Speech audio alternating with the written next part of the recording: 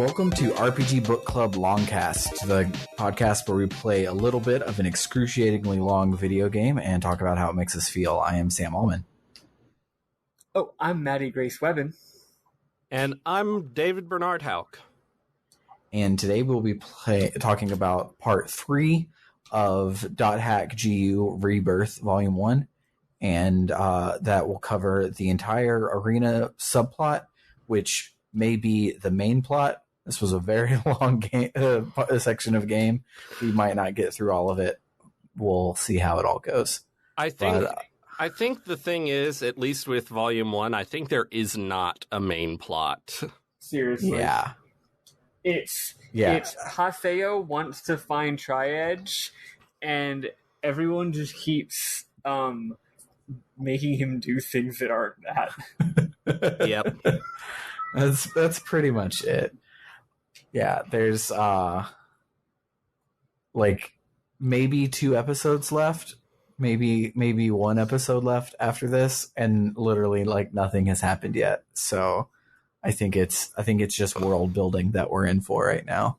But it's good world building. I'm thoroughly enjoying it, but when it becomes our job to say what happened to this week, it's like, I don't know, we fucking like leveled an alt or something.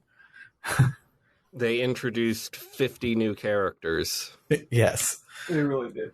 And I was taking notes, so I had to remember everyone's names. That's the worst. There is one character in here whose name I didn't catch, but he doesn't matter, so... Yeah. Yeah, I'm sure he's fine. very important later on. The only one I remember is Al-Qaeda.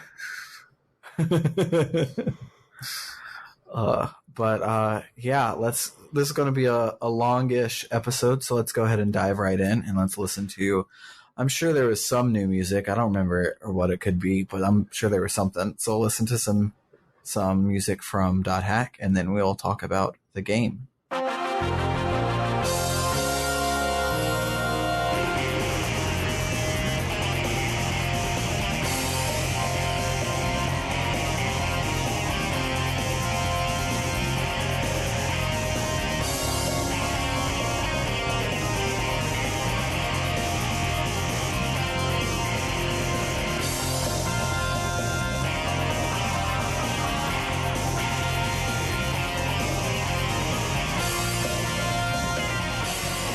When last we left our heroes, we had talked to the guildmaster for Kestrel named Gabby, and Gabby, who, having read the forums, which is a spoiler for my memorable moments, Gabby is actually named Gabby, like Gabriella is a female playing this giant red beast of a dude just has this huge, like, hearty laugh, because one of the Q&A questions in his Q&A is, are you a boy or a girl? Because Gabby sounds like a girl's name, and I don't remember what it is, what their answer is, but it's one word long.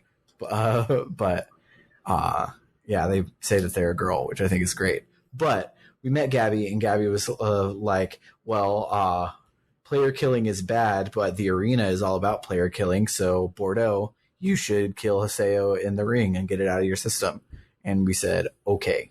And then we got a kick-ass sword and saved our game. And that was about it. Nice. Yep. So Haseo and Atli go to the stadium for the first fight of the tournament. If you'll recall, Syllabus can't join because Gaspard got sad that other people play his video game differently than he does. And Syllabus had to comfort him. Yes. So it's time for the first fight of the tournament. Everyone is in the audience. Kun and Pai are there watching. Saku is watching. Syllabus and Gaspard are watching. Which is stupid, because he's like, yeah, I can't make it. I really have to be there for Gaspard. Both of us are going to be physically at the place. I could be playing the game with you, but instead I'm just going to be sitting out. Yeah, the thing Gaspard is doing... be sitting at my computer pretending to sit in the stands. Yes. I would say maybe just Gaspard needs someone to hold his hand, but they can't physically do that anyway because this is a video game. Yes. Anyway, the guest commentator is Gabi, Kestrel's guildmaster in this fight against Bordeaux. So the guest commentator has a conflict of interest, and we'll see this is the case for every single fight in the tournament. Yep. So we fight Bordeaux and her friends, and I was kicking their ass, but then it went into a cutscene where they were kicking my ass. Right? Instead. Yep. Every time. I had not taken damage because I had been practicing with the big ass sword and practicing my wind up shots, which like hurt more than my skills, and they can't counter my wind up shots. So I was just like smash attack the whole time and like didn't take damage. And then it's like, wow, this is really hard. We're getting our asses kicked. Yeah, I'm doing my very best, and it's not working. And this is every time you fight in the arena. Yes. Every time but one. Yeah. The fight with Endrance. Spoilers for the fight with Endrance. I actually was getting my ass kicked, and then it cuts to the thing, and Haseo's like, wow, I thought Endrance would be harder. And I'm like, this is fucking backwards. We can actually talk about the actual game design a little bit more later, but I actually did have trouble with, like, pretty much most of these fights where, like, I did them, and they actually would fucking demolish me, and then I would go level up, and then I would demolish them. So you still had the funny cutscene dissonance, but actually, I did have to put some effort into these fights. Yeah. I didn't have to until the one with Endrance, because like I just was doing fine, and then I was like, oh, this will be okay. He's only 4 levels higher than me, and he just wiped the whole floor with me. So I sucked. But Bordeaux is super easy, but we get our ass kicked anyway. And Haseo is filled with determination. He can't lose. Everyone's counting on him. If he loses, he won't be able to protect anyone. He remembers all his new friends who he does not like. And he also remembers Shino. And yet he does definitely seem to be compelled by a duty towards them, despite definitely not liking them. Yep. You know what? I'm sure you feel that way towards me sometimes, Bernard. I would say I always like you, but I don't always feel a duty towards you. Oh, okay. The other way around. Yeah, that's fair. Sometimes I just need a fucking deal. So suddenly Haseo is in a void, and a voice says, I have found you. And a giant shadowy figure grabs Haseo. And we're back in the arena, and Haseo finally summons his avatar, and it's badass. He summons a giant badass scythe, and he like swings the scythe back to cut down Bordeaux. And Bo, who is Bo now, is like, no, it's not right. Do not do this. So Bo apparently knows about avatars. And Kuhn is freaking out, and Atali yells for Haseo to stop. Apparently, Atali also knows what's going on, I guess. She just probably figures he's doing something bad. I mean, that's a fair assumption. Yeah, a lot of the NPCs and stuff that don't know what's going on just think that he's cheating somehow. Yeah. So she could be one of those. She could know what's going on. It's impossible to tell at this point. Yeah. So, but Haseo does not listen to everyone yelling for him to stop, and he murders Team Kestrel. And the crowd goes wild, and they call Haseo the second coming of Endrance. Excuse me. After the fight, Haseo laughs maniacally the way good guys do. Kuhn and Pi are waiting for him outside, and Haseo's like, hey, did you see? I got my avatar. And Kuhn's like, you idiot! Using an avatar against a player is extremely dangerous. You could have put them in a coma. Epitaph users should only use their avatars on things like Ida. And Haseo's like, well, they didn't go into a coma. They got back up. So it's fine that I did that. And fuck you. I'll do what I want. And I'm the good guy. And he runs off. Yeah. Haseo is a big old bitch baby this whole episode. Yeah, like, he's constantly just whining about his power. Yeah. He's not a good person. Extremely brief aside, just because you said a phrase, Sam, that I would be remiss, I would be loath to not share with y'all. So, like, you know, we got current events happening, right? And at one point, someone in LA was protesting the police, and they held up a sign that was the funniest shit I've ever seen. It's just had me dying. Their sign literally said, Mayor Garcetti, more like pee-pee poo-poo bitch boy. Yep. It's a good sign. Sorry.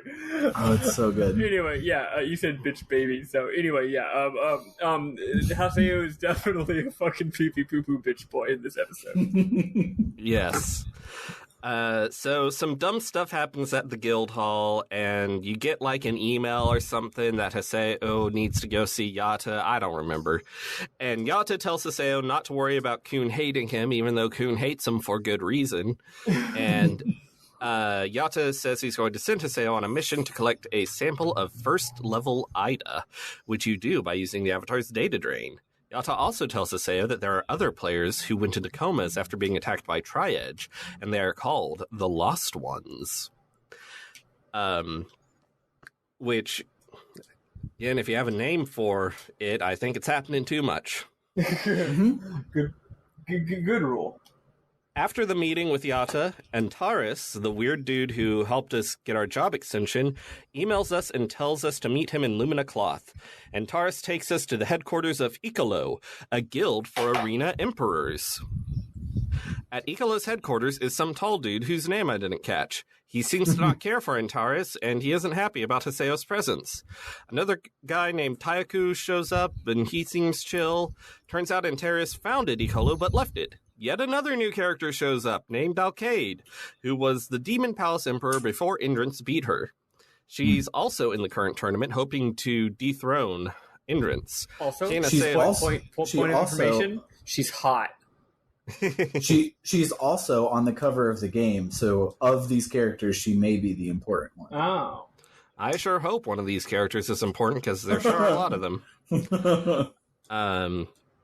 She and Haseo yell at each other for a while, and Antares and Haseo leave, and that was fun, I guess.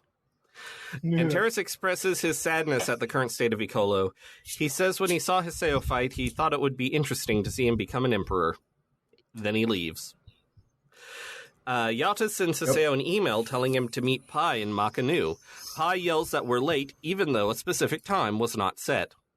We head off to Delta Delicious Pass Weed Eater to investigate some Ida stuff. I like that one. That one's good. Yes, it is. Pai warns Haseo that if he can't control his avatar, he might end up a lost one. Pai and Haseo quickly find some freaky Ida bubbles. Haseo summons his avatar, which is called Skaith, and fights the Ida in a new battle system. How'd y'all like the battle system? I think it rules. I think it's the best part of the game. Yeah, I love it.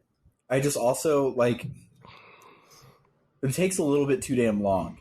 Like, I wish it either took longer or shorter. Like, right now, it's just, like, it's not long enough to be, like, a big, epic, much to do, but it's not short enough to be a nothing. And so it's just like, oh, yeah, I did the really hard boss fight, and now I have to do a big old shoot 'em up. Mm-hmm. On that note, I also would like it more if it were more elaborately developed and a bigger part of the game, frankly.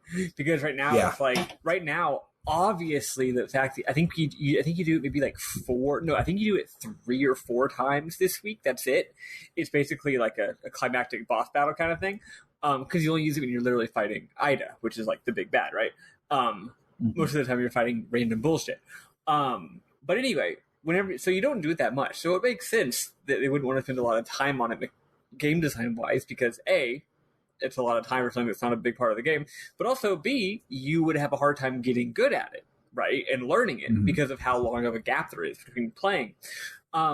That being said, so it's like, it's a little bit overly simplistic for sure. Some of the mechanics don't totally work. So the way this works is it basically plays kind of like Zone of the Enders 2, or even oh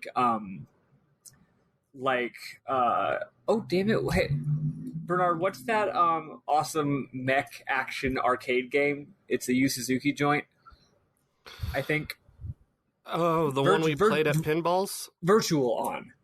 Yeah. It plays like that, but like worse, right?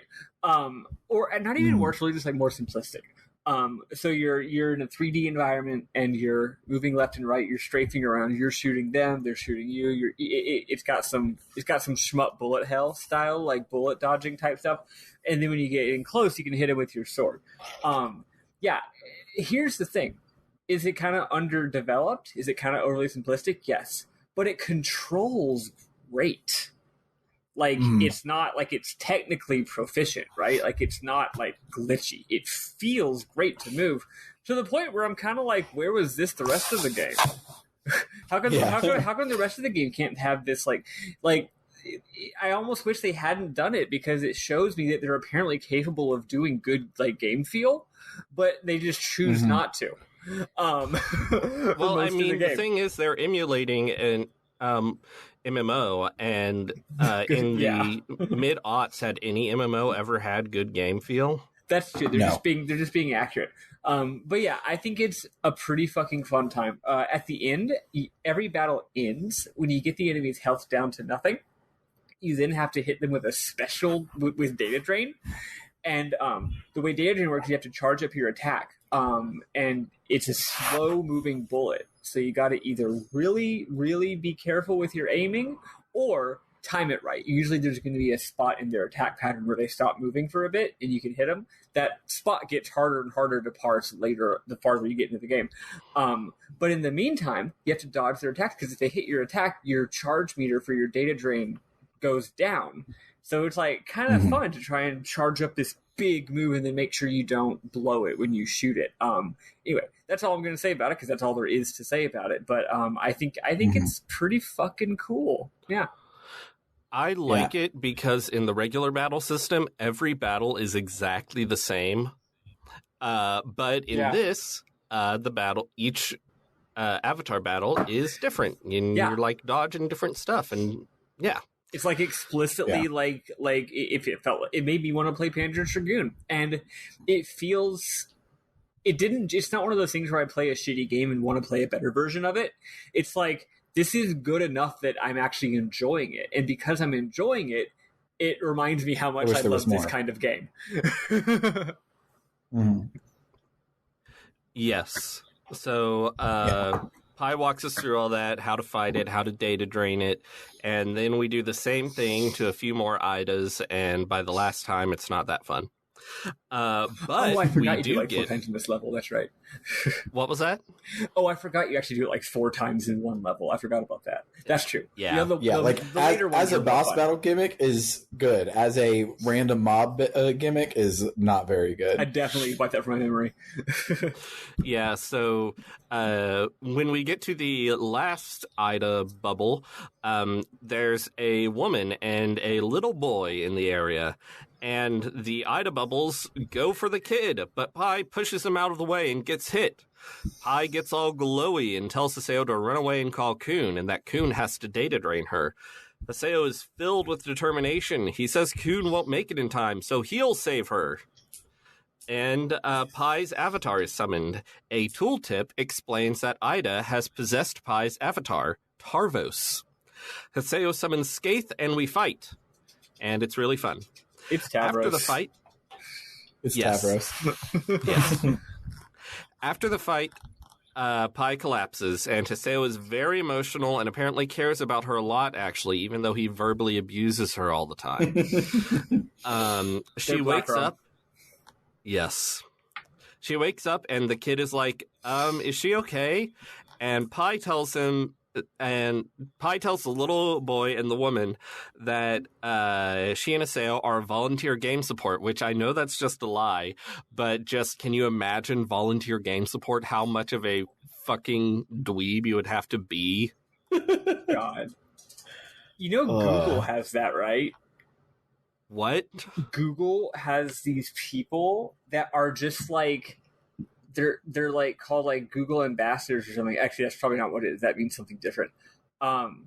There's these nerds out there who are so in love with Google, and they're such bootlickers that they basically do Google support for free for fun. and there's like a community of it, and it's a decent portion of Google's support team. That's wild. Gross. They're just huge nerds, the kind of people who probably like jerk off to a picture of Elon Musk, and they just love tech and they think it's so cool. And they're probably in like the open source community, but the difference is the open source community, someone else isn't making money off of what you're doing. I get depressed actually when I think about it. It makes me sad. I'm like, imagine the state of that person's like soul, you know? Like, what a debased existence. Anyway, hope none of them are listening to this. But if you are, get help or apply for a job at Google. They'll pay you. Having worked for Google, they may not pay you. Okay, they may not pay you, but you can at least attempt to get paid for your labor.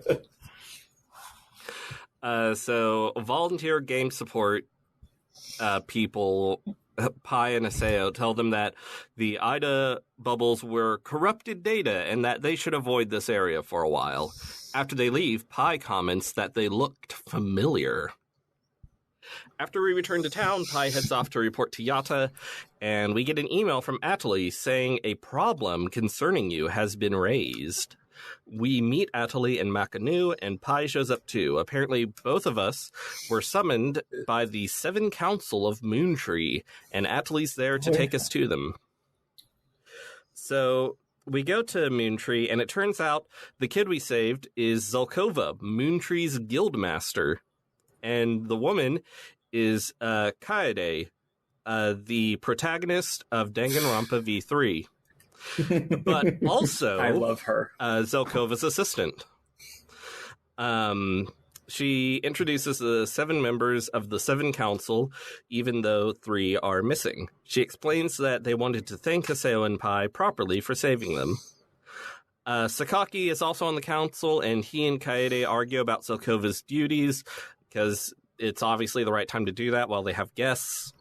Yeah, they basically start doing like this elaborate leftist infighting right in front of you. It's extremely funny. It was triggering for me. Pai whispers to Haseo about how rumor has it Sakaki actually runs Moontree and Zelkova is just a figurehead. Matsu, who is another member of the council and another new character, antagonizes Haseo for a bit and reveals that he is Haseo's next opponent in the tournament. And it's finally time for that next round of the tournament. In the waiting room, Haseo argues with Atali about her loyalty to Sakaki and whatever. He's being mean to Atali. He's like convinced that she's a fucking like narc. Yeah, which, I mean, fair. Yeah. She probably is. She does say like, I love Master Sakaki. I would do anything for Master Bukaki. I love him so much. But no, I'm not secretly undermining you and being a spy. But also, I would do anything for him, just to be clear. So this round, when we're going up against Matsu, the guest commentator is Zelkova, Matsu's guildmaster. What a shock. And halfway through the match, it does another cutscene where Haseo and Matsu are both like, ugh, he's pretty tough. And Zelkova says Matsu hasn't been using his real power, a special weapon from his days as a PK. Matsu whips out a big fiery broadsword, and we still beat him. See, this is the part where he actually completely demolished me here. I was pretty underleveled, and I was like, I wonder how much I can just swing being underleveled in this game. And it turns out, not much. Nope. Yeah. So yeah, I actually did have to go and grind a bunch here. Matsu destroyed me the first time I fought him, so I just hit retry, and I tried, instead of just going for him, I tried taking down his buddies first, and I was able to beat him pretty easily. That's cheating. Nice. That's absurd. I would never do that. So changing your strategy is cheating. Grinding is not. Yes. Matsu right here is my favorite obvious like anime trope. It happens in like every fantasy anime, and I see it and roll my eyes at episode 1, but then in episode 20, when he draws the forbidden sword, I'm like, hell yeah, I knew he was going to draw that sword. I'm glad he drew that sword. We're all here for it.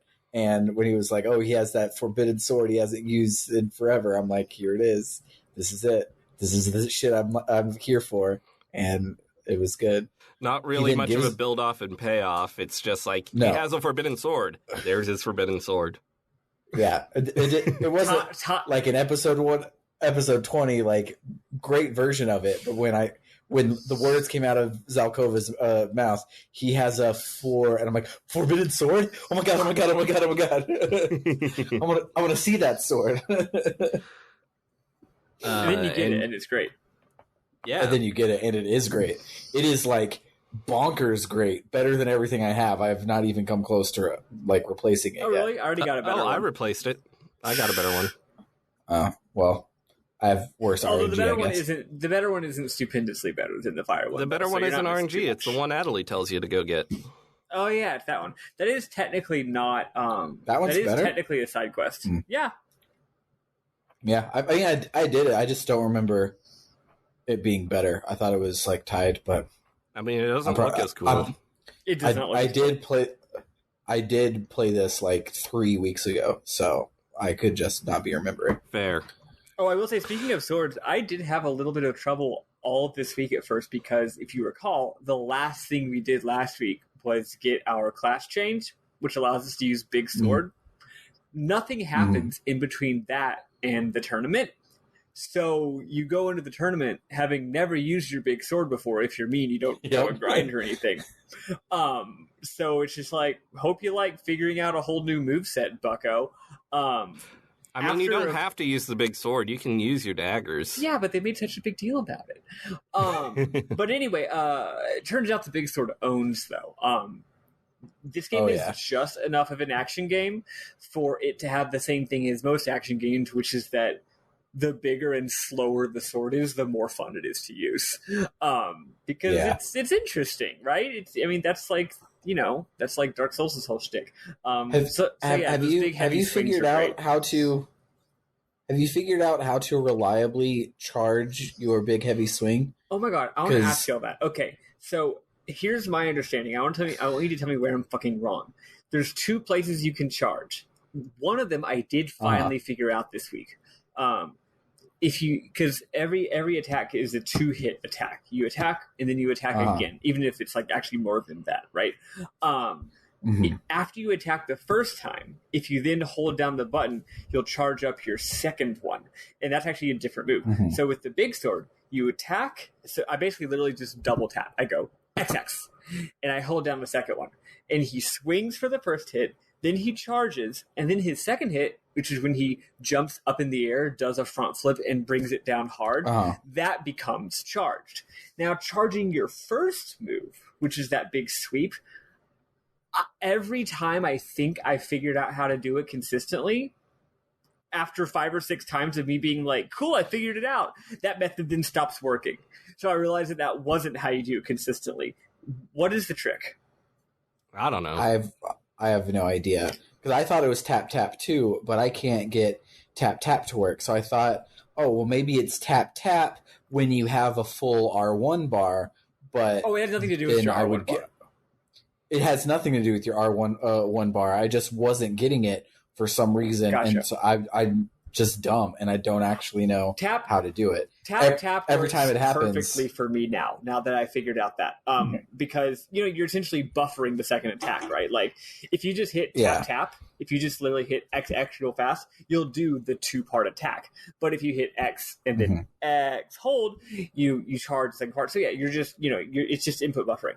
But how to do the first one? It used to be like, at first I was like, oh, if I push it really hard, it charges, which I'm pretty sure PS4 doesn't even have pressure-sensitive buttons, so it wouldn't be that. PS2, it would be that. Theoretically. And then it was like, okay, maybe I have to be perfectly still. Like I can't run up to an enemy and do it. I have to stop moving and then do it. But it turns out I'm pretty sure that's not it either. Then I tried doing the opposite. Yeah. Almost like what do you call it? In a fighting game where you push the stick towards someone and hit the button at the same time, like forcefully. A command attack. turns out a smash attack from Smash Bros. Oh yeah, or command attack from any other action fighting game. Yes. I thought maybe that was working, and then it wasn't. So yeah, I don't fucking know. I feel like the main thing that allows me to do it is if I think in my head that I want to do it, and then a lot of the time it happens. Really, like. Well, but that's I mean, I can't figure out what Dot to Hack do. 1 was played by drilling the chip into your head That's and playing true. with your thoughts. So maybe it is. I don't know what I'm doing, but I feel like when I want to do it, like it happens more often than not. But it's still inconsistent, which is why I started relying on the tap buffering, because that actually is consistent. But they are different moves, and the first one is better. Yes, the big sweepy, that's actually a better attack. So whatever. Anyway, yeah. Bernard, do you have any illumination on this topic? No, I just like the big sword because it's big. Yeah, I just realized I should look this up. I keep meaning to look it up, but I don't because of ADHD. I'm gonna look it up while we continue. Okay. So we beat Matsu, and Sakaki watches on and says some mysterious shit about moving pawns into position. So he's a bad guy. Like anime say. So outside the arena, Zelkova gives Matsu a pep talk and tells him to get rid of the flame sword. Haseo runs into Matsu, and Matsu's like, hey, take this flame sword. And Haseo yells, I don't want this. I love that. That's actually a great fucking line. He's so upset about it. So good. So Pyrrhus III emails us about a new Tri-Edge mark. He asks us to meet him in Delta Hidden Forbidden Bulwark, which is where the new Tri-Edge mark is, and of course Tri-Edge is going to return to the scene of the crime. We see Ovan and Yata standing there in front of a huge wall that's been marked by Tri-Edge. They have some weird conversation about something being imprisoned behind the wall, then they leave. Haseo and Pyrrhus III show up. Pyrrhus says that they should hide and ambush Tri-Edge when he returns. He has no idea when that will be. It could be years from now. So Haseo is like, fuck this, and leaves. It's so great, because like, you as the player are supposed to be like, I don't want to fucking wait for years. Let me just log out. But like, you, as a JRPG player, you know that sometimes you have to pixel hunt. So you can talk to Pyrrhus like 14 times and get more and more obnoxious dialogue until Haseo is finally like, you know what, fuck this, I'm out of here, and like has a voice line telling you to log out. Mm-hmm. It's just you're just supposed to not want to do that and leave. I didn't want to do it. It's designed. It's so good. So we get an email from Endrance telling us to go to Lumina Cloth. We go there, and Endrance says we're late, even though a specific time was not set. Alcade's walking by, and apparently we're supposed to follow her. Her walking by was perfectly timed, so clearly we're not late. Yep. She's meeting with Endrance, and we spy on the meeting. She tells Endrance that she's going to have a specialist monitor their fight to expose his trickery. She runs off, and Haseo walks up and sasses Endrance, and Endrance is like, oh, you can't beat Alcade without using your avatar. She's really powerful, because she used to be an emperor. And then Alcade leaves. And Endrance walks up and has a big old monologue about the pride of youth. And it's time for the semifinals. Atali isn't online. Yep. Is she mad at Haseo for always being mean to her? No, she shows up. She had fallen asleep on the bus. How humorous. You know, I like the thing because this scene did come just at the moment. Like, as soon as they're like, where the fuck is Atali? Something happened to her? Is she mad? As they were saying that, in my brain I was like, wait a second. This is an online game. Don't these people have jobs? Don't they do things that aren't playing this game? I just realized that you shouldn't just... It's just rude to be able to expect that someone's available at any given second. Like, they could be eating dinner. They could be with their families who they love. And, like, I'm going through that whole thing in my brain, realizing how stupid it is. That has not been a thing yet. And then Atali's like, I was on the bus. And I'm like... Okay, fine, game. You address my concern the second I think of it. Thank you. Good job, I guess. You talk... Yes? I was going to say my memory of IMOC is that you stopping playing to go to school and stuff is more of a thing. Yeah, I have no idea than what it is here. Haseo's thing is. Like, we don't talk about him. I have no idea when he's playing this game. Like, presumably he's just sitting at his desk for the entire duration. Probably and you're so. concerned that these people would be like taking proper meals and spending time with their families. But have you met an MMO player? Good, Yeah. good point. Love you, MMO players. Love you. Like love me. you, Eli.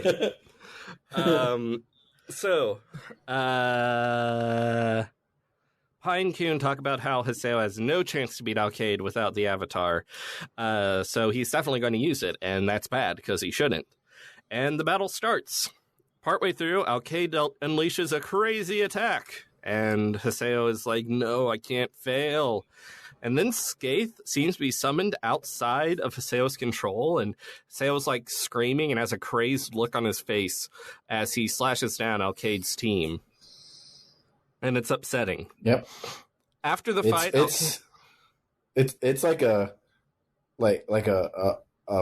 fucky little scene where Haseo starts to like break down a little, seeing it happen outside of him. Yeah. It gets worse. It gets worse in the next fight though, but it does start here. Yeah, the graphics were real cool. I was worried Alcade was going to be in a fucking coma, but she hops back up. I think you were right, actually. I think the charge attack uses a... They're saying that the charge attack uses the action meter. But I definitely know that towards the end of this week's play session, I was using it for every single attack. Mm-hmm. But I don't know. I don't feel like it uses the charge meter. Yeah, me either, because again, like, I'm using them with such frequency with the double tap buffer that it wouldn't be recharging. Although maybe it charges super fast. But these people are saying, like, I'm seeing people being like, I don't get why I can't use charge attack. And they're like, oh, it uses the skill meter or something. Or maybe it's like your items, because you can't use items if your skill meter is empty. So maybe it has to be full, but it doesn't actually use it. Oh, does the item not actually drain it?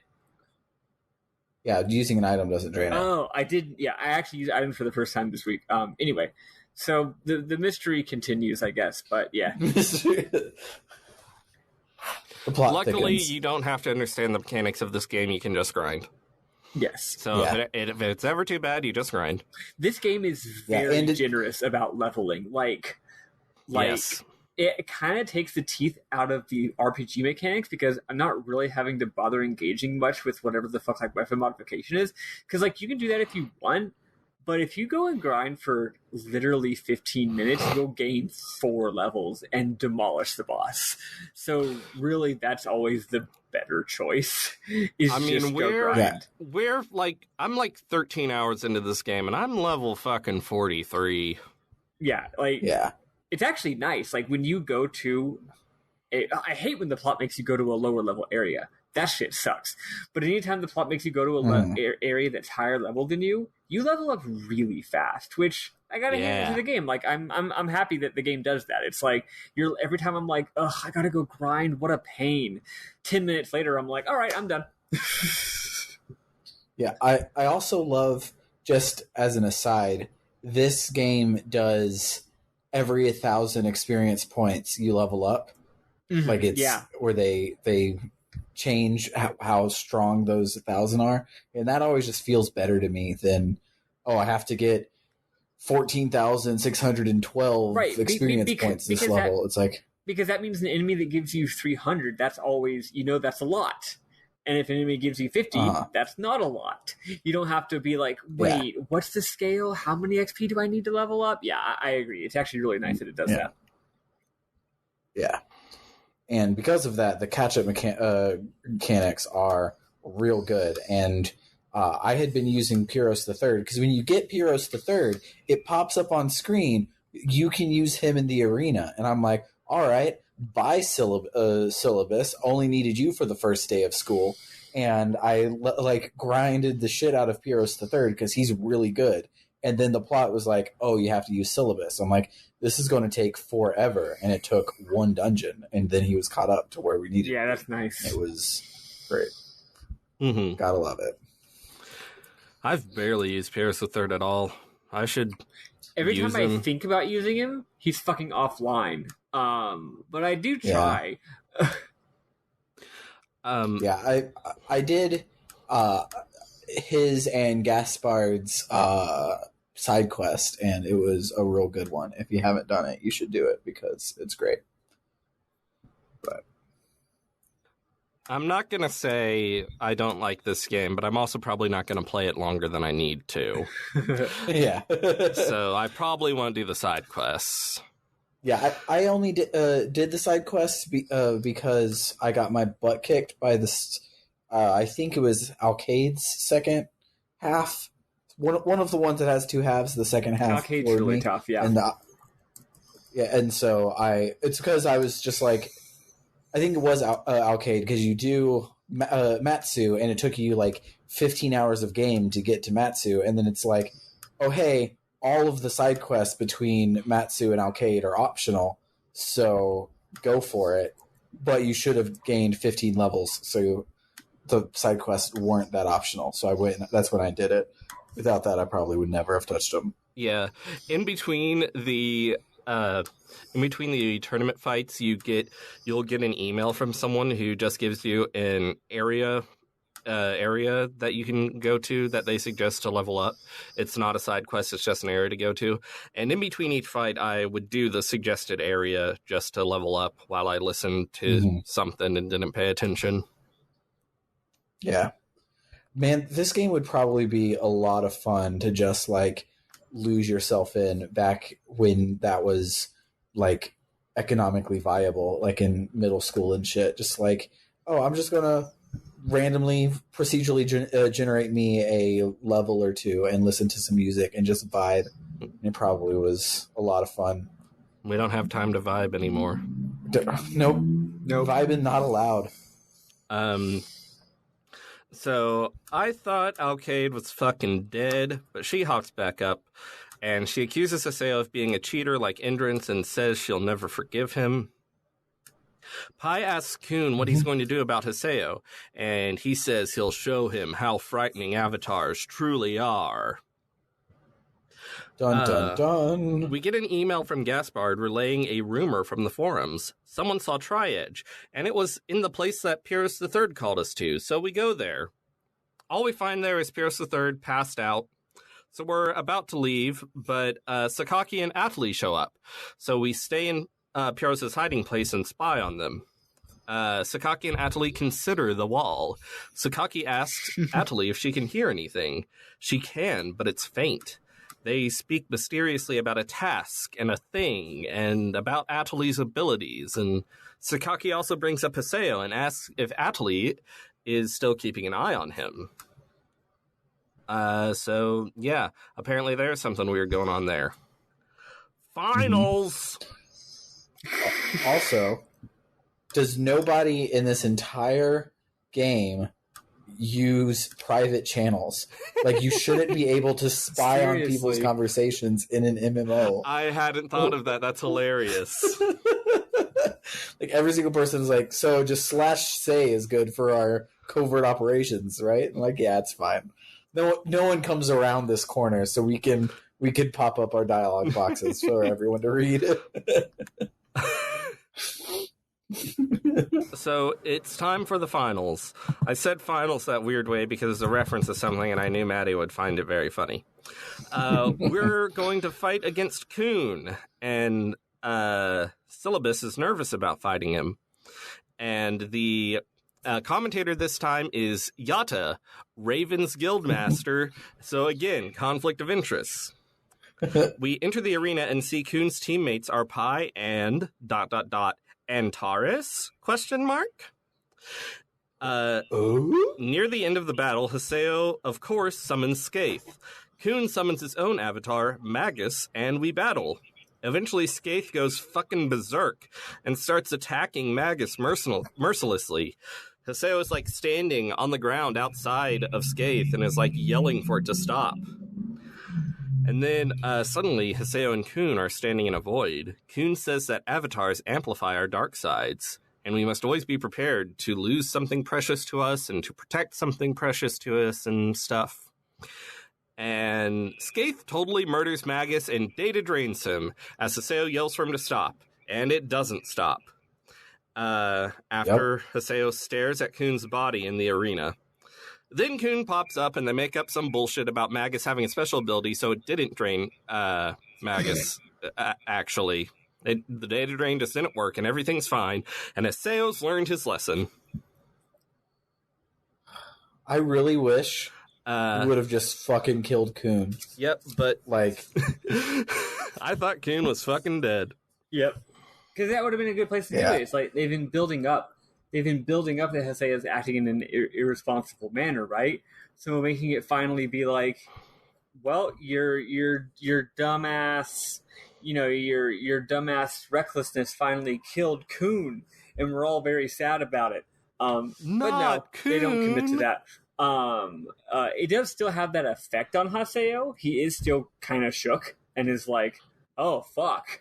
If it wasn't for Kun doing his contrived, made-up bullshit, he would have died, or been in a coma or something. So it does have an effect on Haseo. He does sort of learn the error of his ways. But, it would have made more sense if Kun had just died here. I don't know. Yeah. I mean, I think it's fine. I just found it kind of funny that it's just like, nah, the data drain didn't work. I'm fine. Yeah. He used propagation. Yes. Whatever that is. Basically, they were like, you know how data drain drains your code? Propagation means you get to create lots of more code, propagate the code. So I just propagated the code that got drained. I'm like, so you healed. Your power is just healing yourself. That's convenient. That's convenient. Cool. So after the fight, Yatta emails us saying he has something to tell us about Endrance. So we go to Raven's at home. Pi says we're late, even though a specific time was not set. Pi and Kun say they should party up sometime, even if it's not for a GU thing. We should just all be friends. I mean, you tried to kill me, and, that was a bonding experience. Kun's really chill about it. Yeah. Haseo brushes them off pretty much. Yatta tells us to go talk to Endrance and try to get information on what his whole deal is. And with that, it's time to fight Endrance, and I guess talk to him while we're fighting him. We see Saku. Yes? I just said, yep. So we see Saku tell Endrance that she's going to take care of Haseo, but Endrance is like, oh, you don't need to do that because you not have faith in me that I can win. Fuck you. So Saku's sad. And the commentator today was supposed to be Antares, but Antares didn't show up. So Ovan fucking appears in the booth and says he's his replacement. And it's revealed that because all the commentators have to have a conflict of interest, Haseo and Ovan used to be in the same guild, the Twilight Brigade. Haseo has flashbacks to he, Shino, and Ovan having adventures and looking for a key. Here's the key. Oh my gosh, what is that? It's from the guy Get SpongeBob Back. Oh right, yes. He's in there. The way you said it sounded more like Pearl in that one video. Yeah, it is more like that. You're right. So it's time for the Endrance fight. After some fucking around, he and Haseo summon their avatars. During the fight, there's a lot of vague dialogue where Endrance does that annoying anime thing of pointedly using only pronouns to refer to someone. I hate pronouns. Yep. He's got pronouns. He has pronouns bio, and exclusively pronouns in his bio. His bio's just like 50 pronouns. Yeah, but I hate that anime thing. They're like, he's like, I'll have to defeat you for her. And it's like, okay, if you're going to be vague about it and not explain it, you could just not say anything. Like, you could just not say that sentence. What's the point of saying it? Like, you can think it. People in anime are aware of the concept of thinking, right? They know you can think something in your head without saying it. Have they heard of that? It's called. You can call it. Some might call it self-talk. Yeah. There's some. He says some stuff about how he lost her, but she reappeared to him in a different form and some shit. So, after an excruciating battle, we data drain Endrance. He and his weird cat thing start to fall, which I don't know if we mentioned the weird cat thing before, but he has a weird cat thing. I hadn't noticed he had a weird cat thing until this cutscene. He looks at the weird cat thing and says, Mia. And it's hard to do that voice I've been doing for him when it's just one word. Maria. Yes. Mia then turns into freaky Ida bubbles and consumes him. Hell yeah. Which is upsetting. Everyone in the crowd reacts. Saku swears that she'll never forgive Haseo. Whatever. That's the second person this week who's sworn to never forgive us, so Haseo's just making friends all over. And I think that's it. Yeah, that's actually it. We blew through that. Yeah, and then we immediately save. Sam said, "Don't even log out." I'm guessing probably something happens when we log out, which is why Sam said, "Don't bother logging out. Just save right away."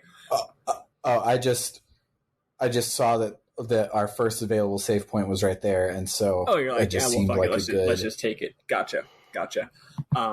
According to the FAQs I've been looking at occasionally, we're actually very close to the end. So I'm pretty sure it's one more episode. Like, there's not a lot of like chapter headings after this. If we do our normal, if we do our normal thing where we don't do the final boss or whatever, we have two more. Right. Yeah, that's probably can squeeze it out in just one more. I forgot about that thing. Yeah. So let's. I have quite a few memorable moments. I don't have my PS4 is right here. I might have taken screenshots. I'll look, but we'll listen to some .hack GU music and then talk about our memorable moments.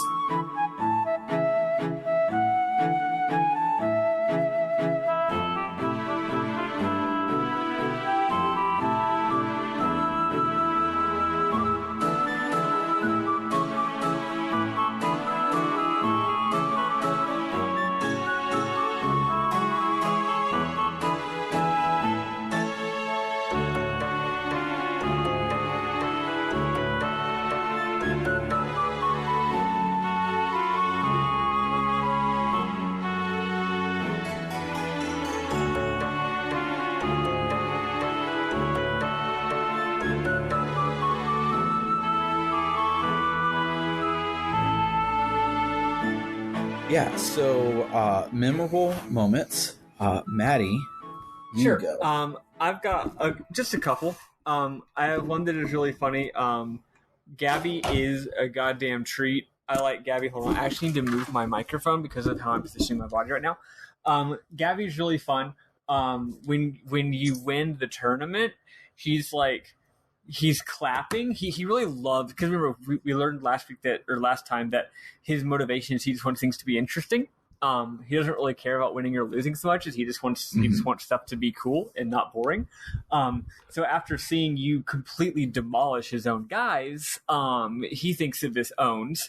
He thinks it's been a great fight. So he's clapping, but he's got this animation where he's like, obviously y'all can't see me, but y'all fucking saw it. He's like clapping with his hands going up and just doing the biggest helicopter fucking circle motions with his hands. It's just really funny. He's a very excitable boy. Also, I didn't apparently get a screenshot of this, but apparently, but at one point, I think it's also at this point. Oh, maybe it's actually a little bit before this. Yeah, I think it is. Anyway, at some point, the announcer just says something like, "That was great. What do you think, Gabby?" And Gabby just goes, "I'm Gabby." I have screenshots of this whole scene, so I'll read out the dialogue during my memorable moments. Okay, so he just says, so "I'm good. Gabby," and it's extremely fucking funny. There's also a nice scene. Y'all heard I was out of commission for a little bit. Did y'all talk about the whole thing with the Oh wait, this was a side quest technically. So y'all didn't talk about the whole scene with the little third grader, right? No. Okay, so but that's one of my memorable moments. So go ahead. So there's some side quests in this game, and like I said, and like Sam was saying, the side quests when they're at level are worth doing. But they're actually plotty side quests. Like they have voice acted cutscenes and stuff. They're more major than a lot of games as side quests, as opposed to just go to this one field and fight the monster that you get from the forum, right? So there's a couple of them. Most of them are uninteresting. But one of them, I will say, one of them shows how that one guy from Moontree, the one who's an ass, it just shows him being more of an ass. For example, that's one of the side quests. But this one, Matsu. Yes, Matsu. Yeah. But this one, you go to a side quest, and there's this character who seems to be, there's this girl character, and she's there alone, and right off the bat, it's you and Kun and Pai. Kun is like, "Oh, what's she doing here? You shouldn't be here alone." And she gets attacked by monsters, and she just fucking stands there doing nothing. And you have to fight off the monsters, and then she doesn't even say thank you. She just walks off, and you're like, we got to keep protecting her. So this goes on for the whole fucking dungeon. You're like, and you're there to complete an unrelated quest. Like the actual quest guy at the shop is like, "Oh, go kill the monster at the bottom of the cave," right? So then Kun, at one point, y'all do talk, and Kun says something like, Kun's doing his whole Jansen Lost Odyssey, the woman respecter kind of thing. And he's like, "You shouldn't be here all alone." And she says something non-committal and then runs off again. Blah, blah, blah, blah, blah. After a bunch of comings and goings, you learn the truth, which is a couple of things. First of all, you learn that she's in third grade, which everyone kind of makes fun of Kun a little bit. Now, in Kun's defense, I actually think Kun comes off a lot better than the characters act like he comes off in this scene. He never comes off as a creep. Yeah. He never comes off as a woman chaser. Even at the beginning, it really is more just I'm the woman respecter, not I'm going to get in this character's digital pants or literal pants. I don't know. But then as soon as he finds out she's 3, I feel like his voice acting and performance is really showing that he immediately switches from player to genuine sympathetic care, the sympathy haver has logged on, and he's like, "Oh," and he feels very affected by it. He actually really wants to help her. He's like, "Oh, that sucks. A little kid is in trouble. Fuck, I really want to help her out," So that's how I think he comes off. But the characters the whole time are like, "Lol, isn't she a little too young for you? Oh, you're such a pedo," Whereas again, and he's like, "What? No, I'm not." And but the game seems to think that he is being creepy, but I don't think he's being creepy. Anyway, you get to the end and you find out what the deal is that she was peer pressured, basically. Everyone in her third grade class has started playing the world, and they're all bragging about how they have really cool weapons and high level equipment. And she, not wanting to be left out, said that she also had high level equipment, but she doesn't. So she can't invite any of her friends to play with her, because then they'll find out that she doesn't have high level equipment and that she's a fucking poser. But also she's gonna get fucking whipped by these enemies, right? So anyway, you end up beating the boss, and then you decide to give her the fancy equipment, which I guess she wouldn't be able to equip anyway, because this game has level requirements for equipment. But because it's not equipment, it's an item. But anyway, so you do all that, and then also she is saying, "Oh, thank you," because she's been very cold this whole time. The whole thing where you're not opening yourself up for love, you're closing people out who are trying to help you and form a relationship. That human thing that we all do, or at least some of us do. But eventually she she opens up and she tells you this, and she's more honest. And then finally you fight the monster, and afterwards she's like, I can't take that. I didn't do anything. And then she's hurt. She's hating on herself, like, I suck. I didn't do anything. And then Kun, like a sweetie pie, makes up some bullshit about how, like, oh, you standing there doing nothing was actually very important because the monster was focused on attacking you, which made it really easy for us to kill it.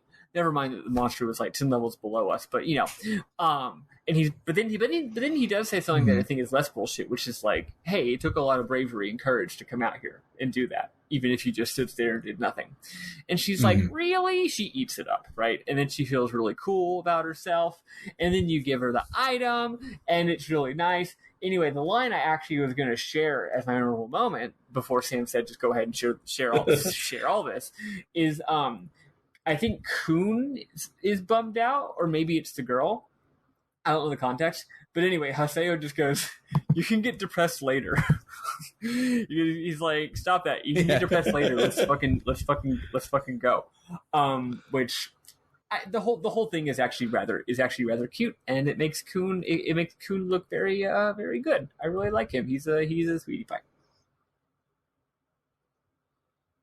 You can get depressed later. You can get depressed now too, but you can get depressed later too.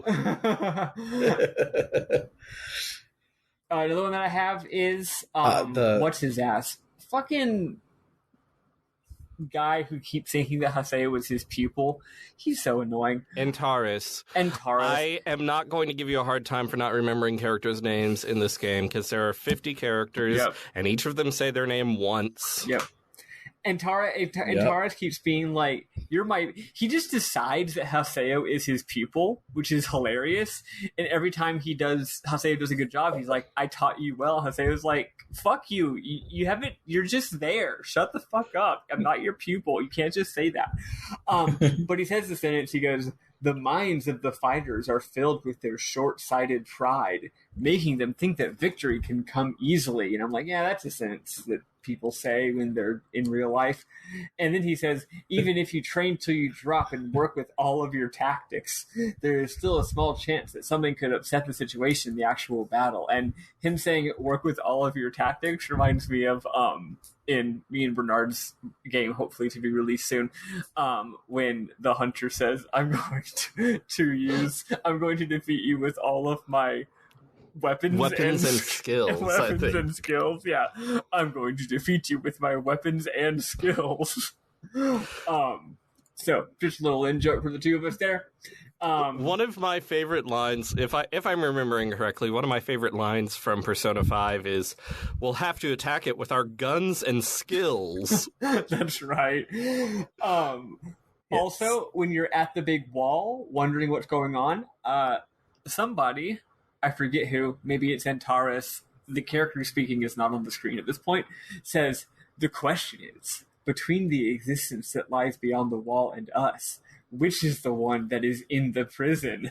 And I'm like, shut the fuck up, Foucault, you asshole.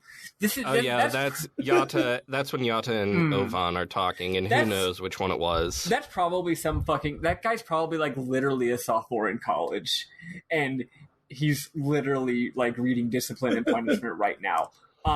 Also, this game, I ran into the Clerics Guild, and I just think they're super cute. The Clerics Guild is only people who play as whatever the fuck Gaspard is. And they all dress identically. They dress so there's these little, like, you know, they're these really tiny. They have like a Moogle like appearance, you know. So it's these tiny fat moogly dudes dressed in cleric gear, and there's always 3 of them, and they'll just be randomly in a field, and they're like, "Hey, we're the Cleric Guild," and they heal you and they give you buffs and stuff. And I like them, and they're cute, and I like to think about them existing. Also, there was like a forum post where they're like recruiting people, which is pretty cute. Also, I think the post is something like "Workers Unite," and I'm like, yeah, that's right. But it's not what I thought it was. Also, at one point, I had more than I thought. At one point, what's her name? Atalie. That's right. I couldn't even remember Atalie. Atalie is getting I love the idea that basically Moontree says, we want Adley, go get Haseo, we want to speak to him. And she just assumes that Haseo did something bad and that he's an ass and that they're mad at him, even though they're not, just because she just figures. I find that very funny. And then and reasonable. Yeah, and when he calls her out on it, she actually kind of lays into him. And at one point she goes, and you've got a mean mouth and a bad attitude. Oh, and your eyes look kind of mean too.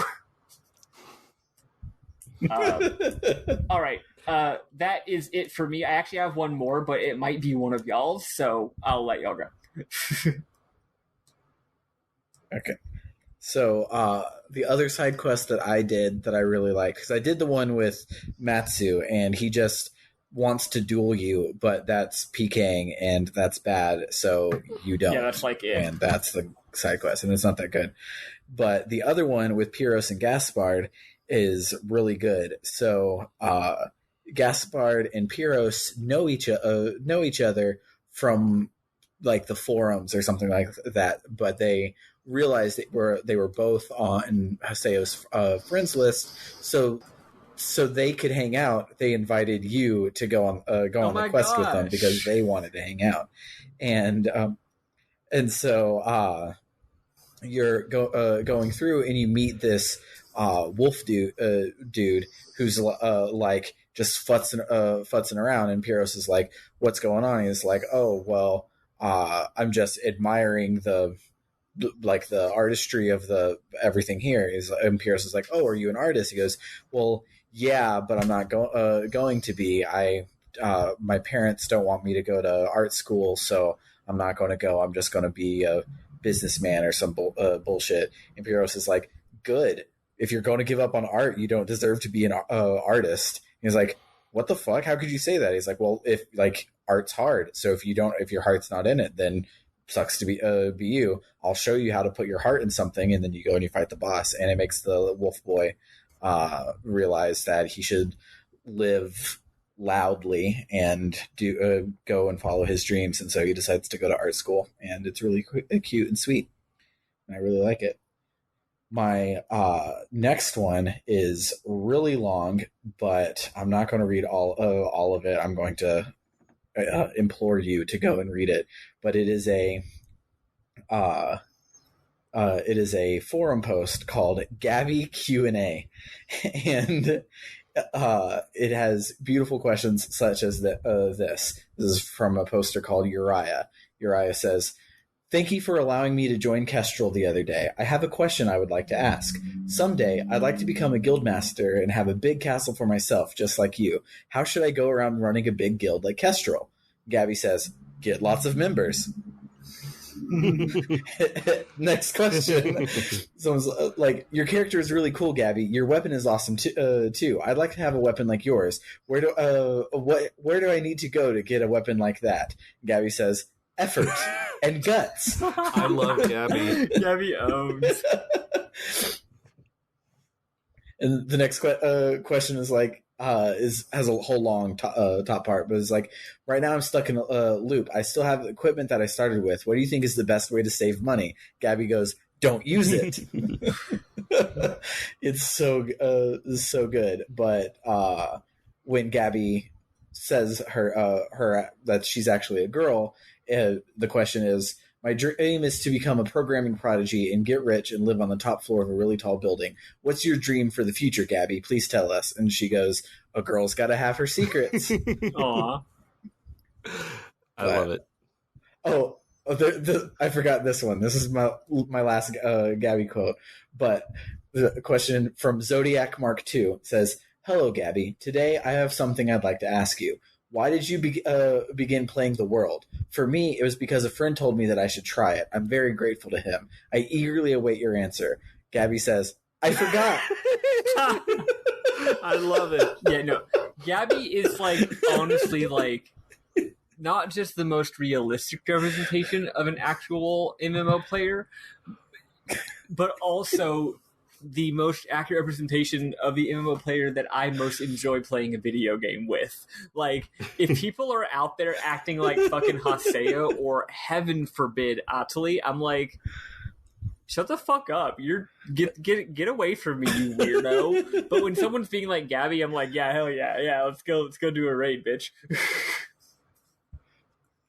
Yeah. Like, these games aren't that good, y'all. It's fine. Just have a good time. But another thing I wanted to talk about is we briefly mentioned him in episode 1, but Salvador is the best, and I love him. And Salvador Ihara, he's like a one-man TMZ where he just is trying to get snoops and stuff, and he has videos that he posts of him getting like investigative journalism. But this most recent one this week, he's trying to talk to people whose kids have Doll syndrome. So he climbs in a tree outside of this woman's apartment window and screams, "Fire, fire, there's a fire." So she runs to the window to see. And he's like, "Now that I've got your attention, what about your kid that has Doll syndrome?" And it's hilarious and a great video, but it ends with the kid with Doll syndrome wakes up and says the name Sakaki. Oh shit. Yeah, and it's really freaky. It's really fucking freaky. And I thought like maybe it would come up this week, and it hasn't come up yet, but it's fucking freaky and it's fucking cool. It's a great video. Everyone should watch it. But Salvador is the best. Love him. Love Gabby. What about you, Bernard? Do you have any? So I loved the scene that Maddie spoke of earlier. I have the screenshot so I can give you the exact dialogue. Yes. The announcer says, "This must be disappointing for you as Kestrel's guildmaster. Any comments? Is it over already? The match was decided in an instant.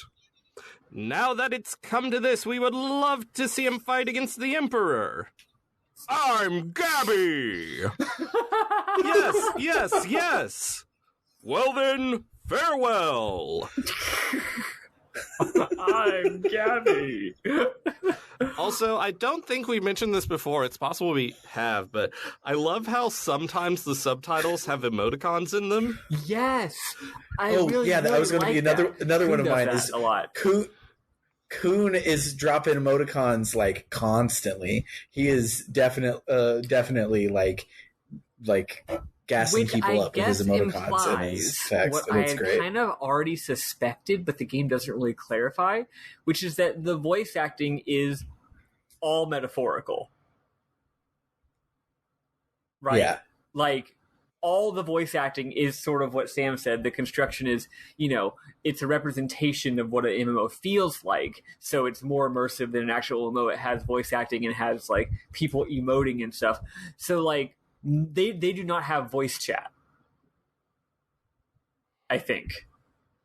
Yeah. Which is interesting, especially when characters are sitting in a field talking about secret things instead of just fucking emailing themselves. Because it's not even like, oh, Haseo was listening in. It's like, no, they're just typing it.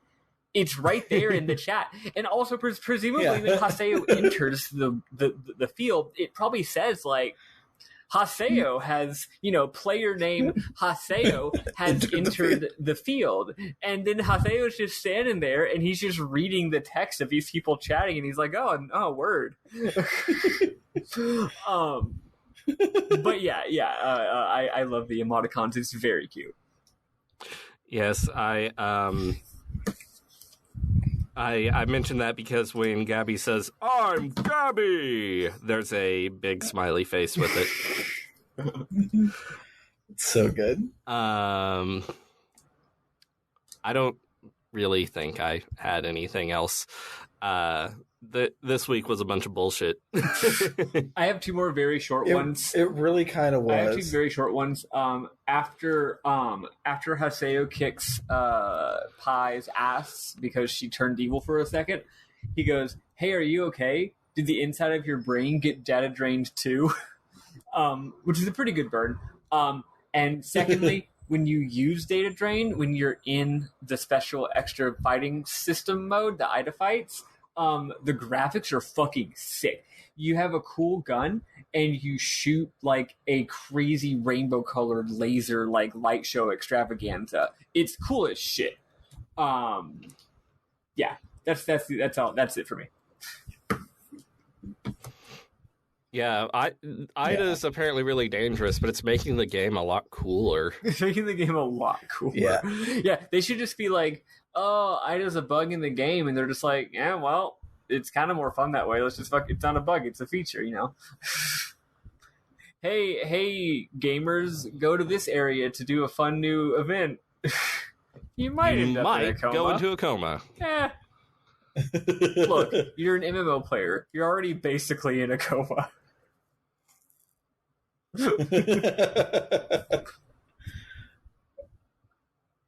Sorry, most of our fan base. Check it.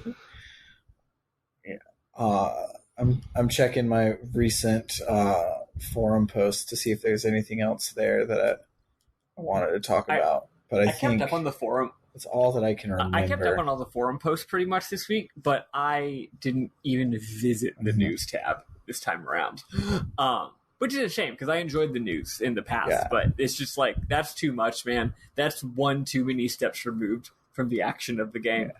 So maybe next time I'll catch up on the news. If this was the only game I had when I was like 14, I would read every word, but I'm 29 years of age. I have a job. You run marathons. I don't even run marathons. But I can't do it. I'll check if Salvador Ihara has posted anything, but yeah, Salvador is the best. But yeah, I think that's it for this week. I really thought this was going to like push 2 hours, but Bernard had good old-timey newscaster. I was trying to get through it quick. Make sure we got through it. You did. My notes were 1,800 words.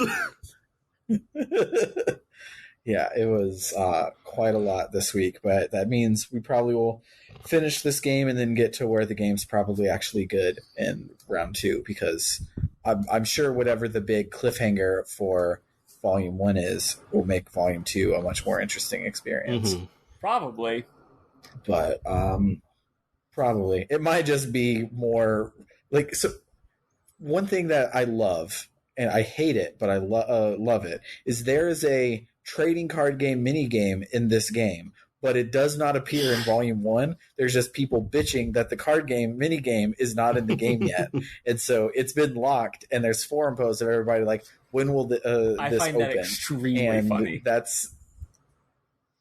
It's so good. You just told me, you just spoiled it, Sam, but you didn't. It's okay that you spoiled it, because like as soon as I saw that forum post 3 weeks ago, I was like, oh, the joke is that it's not in part 1 of the game at all. That's funny. Yeah, I think it's not. I'm exactly as far into it as you guys are. Anyway, what I'm saying is you're almost definitely right. You know, like that's probably what's happening, and I find that I also find that very humorous. I don't want to deal with a fucking card game though, so like they can keep it for all I care. Yeah, it's probably going to be ridiculously polished and ridiculously good, and that's just going to be the thing. But yeah, if you like this game, it's on sale all the time, and you should play it. It is, even if it's not on sale, getting 4 RPGs for $40 is ridiculously good.